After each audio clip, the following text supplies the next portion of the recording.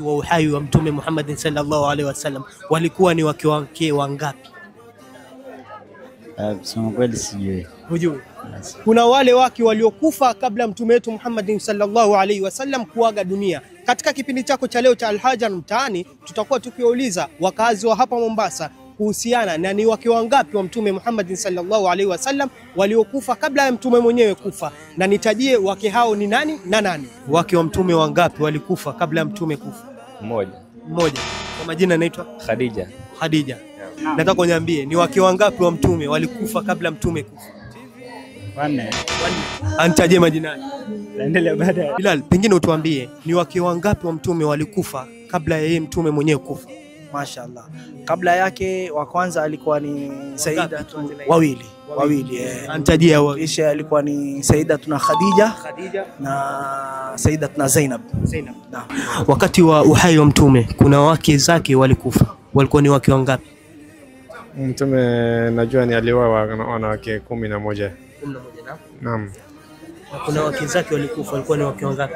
Nakumbuka Khadija radhiallahu anha. Naam. Amefariki. Na kuna wengine pia bado nimesahau jina kwa sasa. Nataka uniambie ni wake wangapi walikufa na majina yao. Waliokuwa alipokuwa hai. Wa kwanza na Khadija radhiallahu anha.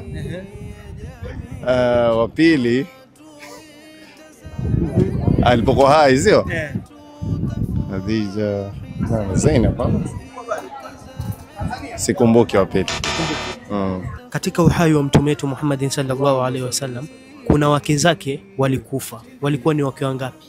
Wake zake walikufa wakati yeye Mtume yuko hai. Walikuwa 9, si ndio? 11. Mashaallah. Wajua elimu hiyo kwamba walikufa ni wangapi, lakini tulijua Mtume alikuwa na wife na walikufa, lakini Khadija alifariki, Mtume yuko hai.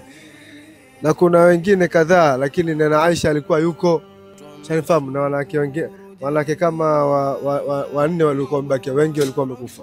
Wake wa Mtume wetu Muhammad sallallahu alaihi wasallam waliokufa kabla Mtume wetu Muhammad sallallahu alaihi wasallam kufariki walikuwa ni wawili, naye ni Khadija pamoja na Zainab. Baadhi ya Waislamu walipata, baadhi walikosa. Kikubwa ya kipindi hichi ni kuja kuelimishana pamoja na kuelimisha umma wetu wa Kiislamu. Nimekuwa wako Abdurrahman Alwi, na nyuma ya kamera ni ndugu yangu Abdul Ghaffar Yusuf Abdi. Tukutane wiki ijayo insha Allah.